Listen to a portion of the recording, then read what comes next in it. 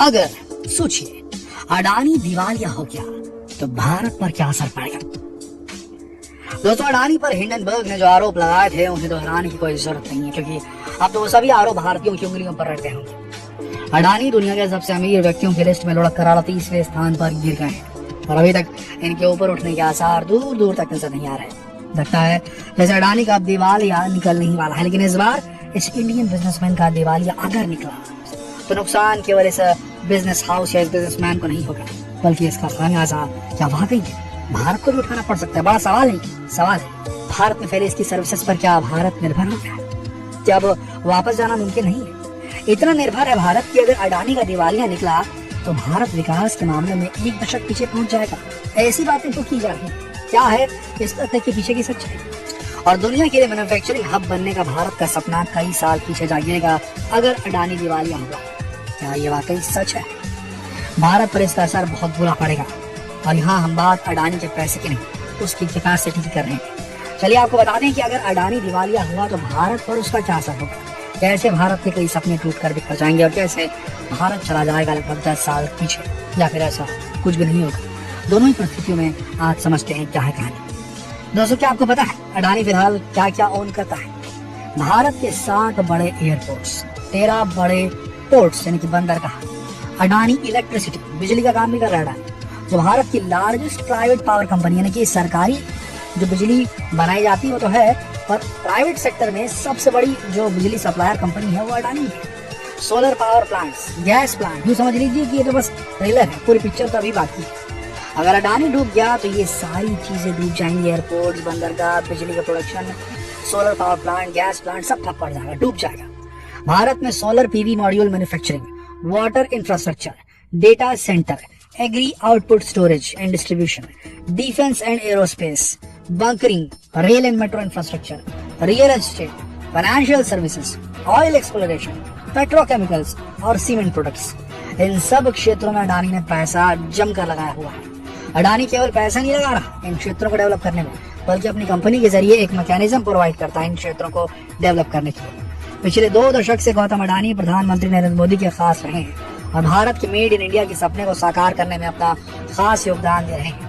इन्होंने अपने एक जाल फैलाया हुआ है, खुद को अपनी ही कंपनीज के जरिए हर सर्विस प्रोवाइड कर सकते हैं, अपनी ही किसी और कंपनी से डिस्काउंट पर पैसा उठाते हैं और अपनी किसी दूसरी कंपनी का प्रॉफिट करवाते हैं। जैसे अगर किसी कंपनी के प्रोडक्ट्स का रॉ मटेरियल ऑयल है तो इनके पास खुद की ऑयल रिफाइनरीज है, उसी से ऑयल खरीदेंगे। ऑयल खरीदने के लिए जो मुख्य इन्वेस्टर चाहिए वो इनकी खुद की कंपनी होगी। प्रोडक्शन के लिए जो बिजली चाहिए वो भी खुद इनकी कंपनी की ही होगी। अडानी ने भारत में अपना कारोबार कुछ इस तरह फैला लिया कि अगर इनकी कंपनियां बंद हो जाए तो भारत को तगड़ा नुकसान उठाना पड़ सकता है। प्रधानमंत्री नरेंद्र मोदी की हर विकास योजना से, हर प्रोजेक्ट से जुड़े हैं अडानी। यूँ समझ लीजिए कि प्रधानमंत्री नरेंद्र मोदी के अंडर भारत के जो इकोनॉमिक एम्बिशंस हैं उन्हें मंजिल तक पहुंचाने के लिए क्रूशल व्हीकल थे अडानी ग्रुप के इन्वेस्टमेंट और इसकी कैपेसिटी। टाइम्स ऑफ इंडिया के एक आर्टिकल के अनुसार भारत का जो डेवलपमेंटल मॉडल है उसे अडानी जैसे रिस्क टेकिंग नेशनल चैंपियंस की बहुत ज्यादा जरूरत थी। अगर अडानी दिवालिया हो गया तो वो सब नहीं कर पाएगा जिसका उसने वादा किया था। रोड्स बनाना, पोर्ट्स को डेवलप करना, नहीं कि बंदरगाहों को डेवलप करना, एयरपोर्ट्स को मेंटेन करना, जो इंडिया की ग्रोथ के लिए मल्टीपल सेक्टर्स भारत सरकार ने चुने हैं उनमें पार्टनर के तौर पर सरकार की फर्स्ट चॉइस बना रहा अडानी ग्रुप एक लंबे अरसे से, और अब ये मल्टीपल सेक्टर्स भी अडानी के साथ ही डगमगा रहे हैं। अगर सरकार को सोलर पैनल बनाने के लिए फैक्ट्री सेट करनी है तो अडानी करेगा, रिन्यूएबल एनर्जी टारगेट्स को पूरा करना है तो अडानी हेल्प करेगा, डिफेंस और वेपनरी को डेवलप करना है, हथियारों के मामले में आत्मनिर्भर बनना है, अडानी करेगा, सेमीकंडक्टर सप्लाई चेन चाहिए, अडानी देगा। भारत के पास पैसा तो है लेकिन इम्प्लीमेंटेशन कैपेसिटी नहीं है तो अडानी डेवलप करेगा, और अडानी ने किया भी कुछ हद तक। लेकिन अब क्या, अडानी का तो खेल खत्म होने वाला है, ऐसा नजर आ रहा है। अगर ऐसा हुआ तो बहुत खतरा हो जाएगा। क्या ये सारे प्रोजेक्ट, ये सारे वादे, ये सारे प्रोमिसेस अब बस हिस्ट्री बनकर रह जाएंगे, रुक जाएंगे?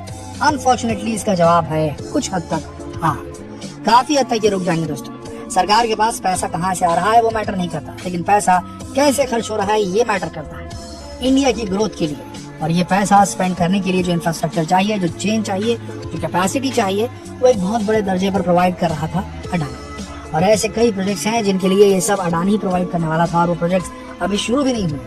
अगर बाकी के बिजनेसमैन जैसे टाटा और अंबानी आगे आए भी तो भी वो इतने बड़े इकोसिस्टम को चंद दिनों या चंद महीनों में मैनेज नहीं कर पाएंगे या डेवलप नहीं कर पाएंगे। अडानी के बिजनेस का मोस्ट इंपॉर्टेंट सेक्टर है अडानी एंटरप्राइजेस, जिसकी 2 मेन सब्सिडीज हैं। अडानी मिल्मर जो फूड प्रोसेसिंग कंपनी है, अडानी एयरपोर्ट होल्डिंग जो एयरपोर्ट ऑपरेशन को हैंडल करती है, और अडानी रोड ट्रांसपोर्ट जो रोड डेवलपमेंट सेक्टर को संभालती है, जिसके अंतर्गत अडानी ने भारत सरकार के रोड इंफ्रास्ट्रक्चर को डेवलप करने में अपना एक बहुत बड़ा योगदान देने का वादा किया है।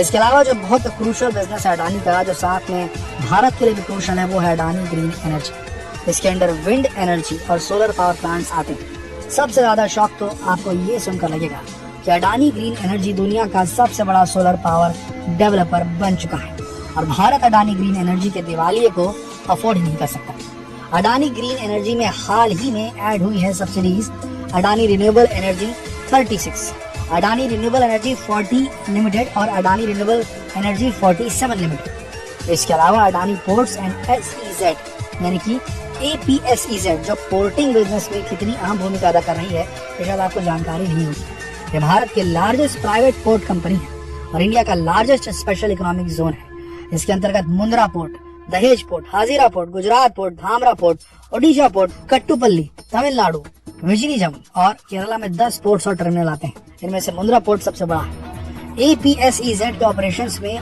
पोर्ट मैनेजमेंट, लॉजिस्टिक्स और स्पेशल इकोनॉमिक जोन शामिल है। सोचिए कितनी बड़ी बड़ी जिम्मेदारी अडानी को दी हुई है। अडानी का एक और सबसे बड़ा बिजनेस है जिसका जिक्र हमने पहले भी किया, अडानी पावर।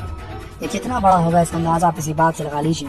ये 1996 में एस्टैब्लिश किया गया था। ये प्रोजेक्ट पावर क्रिएट करता है, इलेक्ट्रिसिटी क्रिएट करता है, सस्टेन करता है। ये भारत के largest private sector power generation company है, बिजली कंपनी है प्राइवेट वाली, जिसकी इंस्टॉल्ड कैपेसिटी 12,450 मेगावाट है।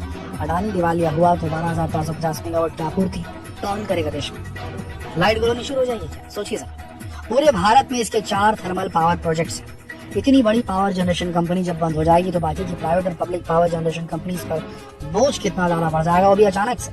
इस बात का आप अंदाजा भी नहीं लगा सकते। इसी के साथ बंद हो जाएगा अडानी ट्रांसमिशन, जो इलेक्ट्रिक पावर ट्रांसमिशन सिस्टम की कमीशनिंग, ऑपरेशन और मेंटेनेंस को हैंडल करने वाली कंपनी है। ये भी इंडिया का largest private sector power transmission and distribution network है। और इसके अलावा एक और बड़ी कंपनी जिसका बंद हो जाना भारत को हिला कर रख देगा, वो है अडानी टोटल गैस, जो भारत के इंडस्ट्रियल कस्टमर्स और रेसिडेंशियल कस्टमर्स दोनों को सर्व कर रही है। ये कंपनी असल में अडानी ग्रुप और French oil and gas company total energies के बीच एक जॉइंट वेंचर है। ये एक सिटी गैस डिस्ट्रीब्यूशन कंपनी है, बहुत बड़ी गैस प्रोवाइडर है। 22 ज्योग्राफिकल एरियाज में इसकी प्रेजेंस है, और अगर ये बंद हो गई तो गैस प्रोवाइड करने का जो सिस्टम सालों से चला रहा है उसके ऊपर बहुत बुरा असर पड़ेगा। अपने दूसरे वेंचर्स के साथ इसकी प्रेजेंस 41 ज्योग्राफिकल एरियाज के 74 डिस्ट्रिक्ट्स में है। इस वजह से ये इंडिया की लार्जेस्ट सिटी गैस ऑपरेटर है। इसके अलावा जब भी भारत पर कोई आपदा आती है तो अडानी एक परोपकारी बनकर सामने आते हैं वाला और भारत को फाइनेंशियल हेल्प प्रोवाइड करते हैं। कुल मिलाकर बात यह है कि भारत अडानी के दिवालियेपन को शायद अफोर्ड नहीं कर पाएगा। आपको क्या लगता है, क्या अडानी के जाने से भारत को झटका महसूस होगा और इस एक बिजनेसमैन के जाने से भारत की अर्थव्यवस्था को कोई चोट नहीं आएगी? आपका क्या मानना है? नीचे कमेंट सेक्शन में लिखकर जरूर बताएं, और जितना हो सके इस वीडियो को शेयर करें फेसबुक पर, व्हाट्सएप पर, यूट्यूब पर। तो फिर मिलते हैं एक और आंखें खोल देने वाले वीडियो के साथ। तब तक के लिए आप सबका इस वीडियो के अंत तक बने रहने के लिए दिल से धन्यवाद।